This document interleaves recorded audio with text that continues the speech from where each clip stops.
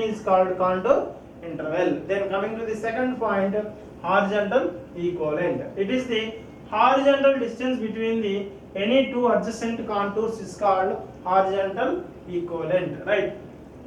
This is one point, this is one point, this is one point. From here to here, what is the horizontal distance? From here to here, what is the horizontal distance? Vertical distance is called contour interval. Horizontal distance. If you are knowing this, right? Right. So our surface is gone like this.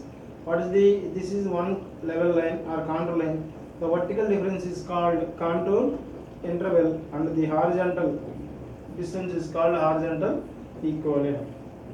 This is the meaning of this. Okay. So next, we are going to see the characteristics of contours. This is very very important point. Okay. In this unit, right? That is called characteristics of contours. For every exam, we are going to get a topic of this, right? So all points in a contour line have same elevation. This point we know, right? All points, whatever this, if this is a contour line, we have having same elevation. Anywhere, if you are taking anywhere elevation, we are going to get the same elevation. Next, flat ground indicated where the contours are widely separated and steep slope where they run close together, right? So what is the meaning of this now? If I am having a contour map, okay, very nearly, okay, the horizontal equivalent is very less. Sometimes I have a map like this. I have a map like this. That means you can see from this picture to that picture. Here I have very small horizontal equivalent. That means all contours are at a particular near to each other. They are near to each other. And in second case, I am having a contour with having very wide area. That means from here to here, in between we have a very flat surface. It is a somewhat flat surface, right? For this we can suppose you have a hill like this, right? So you are going to get a value of like this, okay, very closed contours. If I am having very flat surface like this, if I am having very flat surface like this, right, I am going to get a value of like this, very too much space. Flat ground is indicated where the contours are widely separated. It is the flat ground, that's why the contours are widely separated. And steep slope where they run closely. This is the steep slope, right? So this is called, okay, why they run are close together. ఒకదానికొకటి దగ్గరగా ఉన్నాయి కాబట్టి ఇది steep slope. Either it may be mountain, either it may be a valley. In both cases we have contours. They are arranging very close to each other. If it is a flat ground, they are widely separated. దూరంగా ఉంటది flat ground, దగ్గరగా ఉంటది steep slope, right? So this point you have to remember, right? Next, third point. A uniform slope is indicated when the contour lines are uniformly separated. ఎక్కడెప్పుడైతే ఈ lines uniform గా separate అయి ఉంటాయో, right? So then it is going to tell us the uniform slope, right? Next, fourth point. A plane surface when they are straight, parallel and equally spaced, right?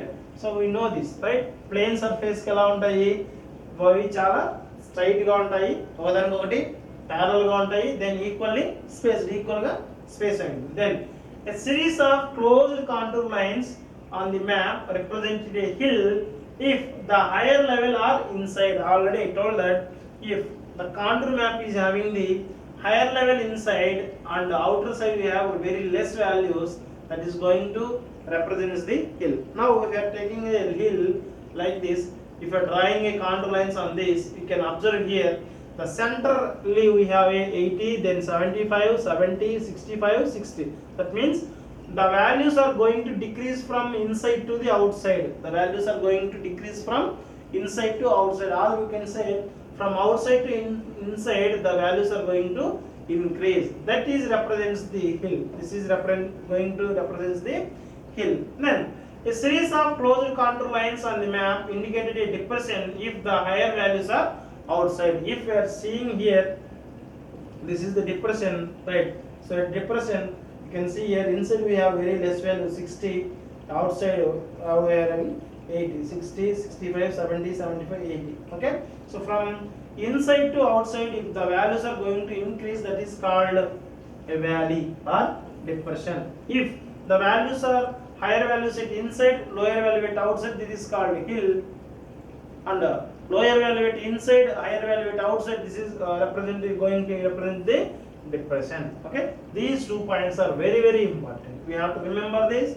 Okay, so whenever exam is there, you will get to write the what is characteristics. Then contour lines are lines cross ridge line or valley line at straight angles. At straight angles, right? Now you can see ridge line means, okay, if you are having a hill, it is going to join with the right or a line. Okay, okay, like this slope will be there now, so that slope will go like this. This is the red line is showing us the ridge line, right? This is going to cut off elevated points here, 190, 80, 70, 60, 50. Okay, this line is called ridge line. Then okay, so here also you can see the ridge line.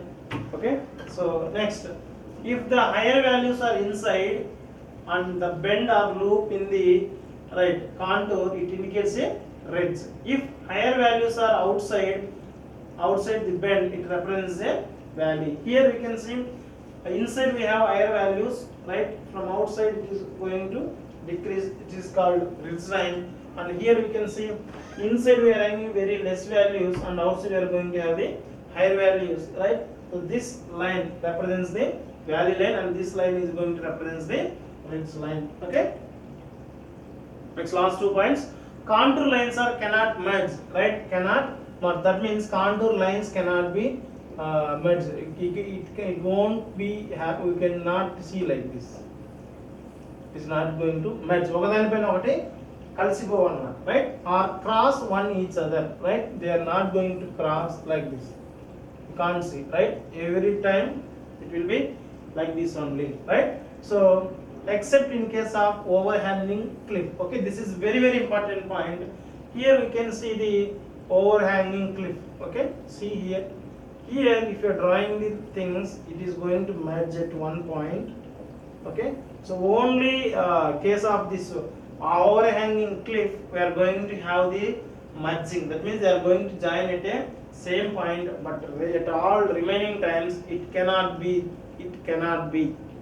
it is not going to merge or they are not going to cross each other. Next, contour lines never run into one another except in case of a vertical cliff. In case of this, several contours coincide and the horizontal equivalent becomes 0, right? So this is overhanging cliff. Okay, we have a vertical cliff. See here, overhanging cliff now, it will be look like this.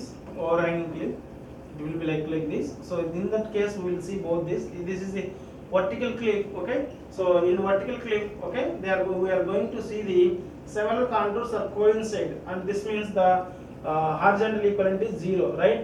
0. It is going to represent the same point. That's why the horizontal equivalent will becomes to 0, right? So next, in the next class, this is very very important thing. Next class we are going to see the methods of contouring. There we are having 2 methods, that is direct method and indirect method. Okay, so in this class we discussed about what is mean by contour. Contour is a imaginary line which is going to join points of equal elevation. Then the method of contour is called contouring.